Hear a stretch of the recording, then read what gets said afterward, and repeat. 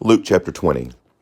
One day, as Jesus was teaching the people in the temple and preaching the gospel, the chief priests and the scribes with the elders came up and said to him, "Tell us by what authority you do these things, or who is it that gave you this authority?"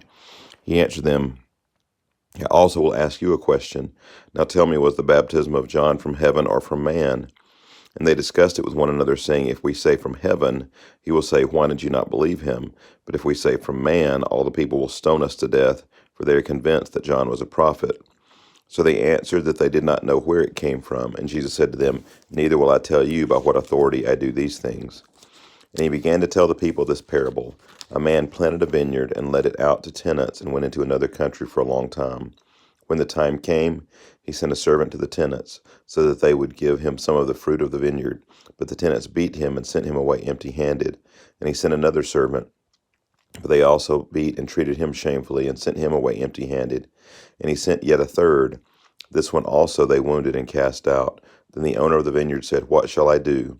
I will send my beloved son. Perhaps they will respect him." But when the tenants saw him, they said to themselves, "This is the heir. Let us kill him, so that the inheritance may be ours." And they threw him out of the vineyard and killed him.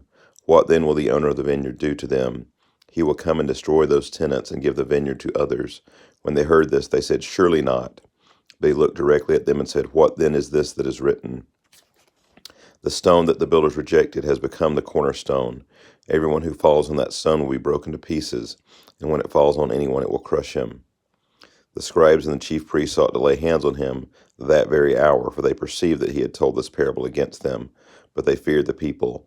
So they watched him and sent spies who pretended to be sincere, that they might catch him in something he said, as to deliver him up to the authority and jurisdiction of the governor. So they asked him, "Teacher, we know that you speak and teach rightly and show no partiality, but truly teach the way of God. Is it lawful for us to give tribute to Caesar or not?" But he perceived their craftiness and said to them, "Show me a denarius. Whose likeness and inscription does it have?" They said, "Caesar's." He said to them, "Then render to Caesar the things that are Caesar's, and to God the things that are God's." And they were not able in the presence of the people to catch him in what he said, but marveling at his answer, they became silent.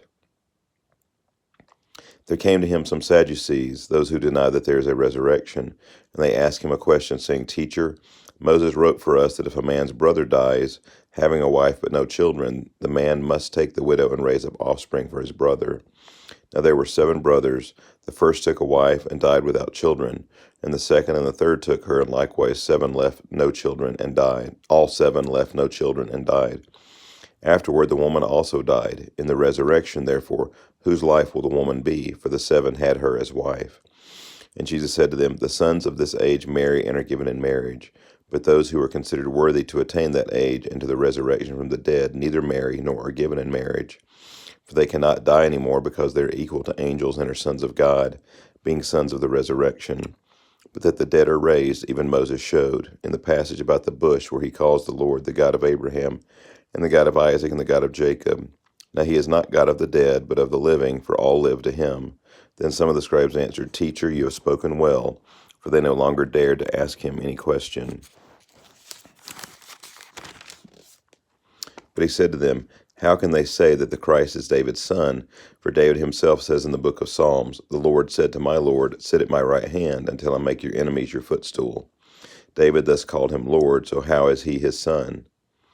And in the hearing of all the people, he said to his disciples, "Beware of the scribes who like to walk around in long robes and love greetings in the marketplaces and the best seats in the synagogues and the places of honor at feasts, who devour widows' houses and for a pretense make long prayers. They will receive the greater condemnation." Chapter 21. Jesus looked up and saw the rich putting their gifts into the offering box, and he saw a poor widow put in 2 small copper coins. And he said, "Truly I tell you, this poor widow has put in more than all of them. For they all contributed out of their abundance, but she out of her poverty put in all she had to live on." And while some were speaking of the temple, how it was adorned with noble stones and offerings, he said, "As for these things that you see, the days will come when there will not be left here one stone upon another that will not be thrown down." And they asked him, "Teacher, when will all these things be, and what will be the sign when these things are about to take place?" And he said, "See that you are not led astray, for many will come in my name, saying, 'I am he,' and the time is at hand. Do not go after them. And when you hear of wars and tumults, do not be terrified, for these things must first take place, but the end will not be at once. Then he said to them, Nation will rise against nation, and kingdom against kingdom. There will be great earthquakes, and in various places famines and pestilences, and there will be terrors and great signs from heaven. But before all this, they will lay their hands on you and persecute you, delivering you up to the synagogues and prisons, and you will be brought before kings and governors for my name's sake. This will be your opportunity to bear witness.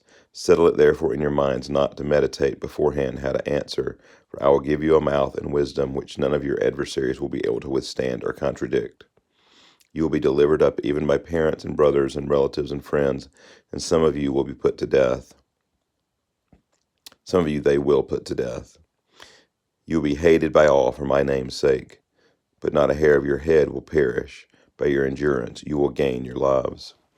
But when you see Jerusalem surrounded by armies, then know that its desolation has come near.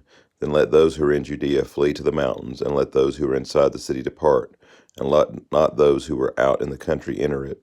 For these are days of vengeance to fulfill all that is written. Alas for women who are pregnant, and for those who are nursing infants in those days. For there will be great distress upon the earth and wrath against the people. They will fall by the edge of the sword and be led captive among all nations, and Jerusalem will be trampled underfoot by the Gentiles until the times of the Gentiles are fulfilled. And there will be signs in sun and moon and stars, and on the earth distress of nations and perplexity, because of the roaring of the sea and the waves, people fainting with fear and with foreboding of what is coming on the world. For the powers of the heavens will be shaken, and then they will see the Son of Man coming in a cloud with power and great glory. And when these things begin to take place, straighten up and raise your heads, because your redemption is drawing near. And he told them a parable. Look at the fig tree and all the trees. As soon as they come out in leaf, you see for yourselves and know that the summer is already near.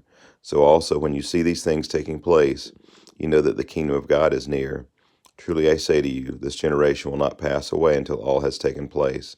Heaven and earth will pass away, but my words will not pass away.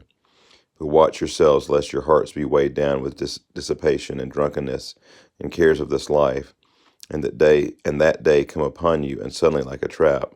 For it will come upon all who dwell on the face of the whole earth. But stay awake at all times, praying that you may have strength to escape all these things that are going to take place, and to stand before the Son of Man. And every day he was teaching in the temple, but at night he went out and lodged on the mount called Olivet. And early in the morning all the people came to him in the temple to hear him. This concludes chapter 21 of Luke.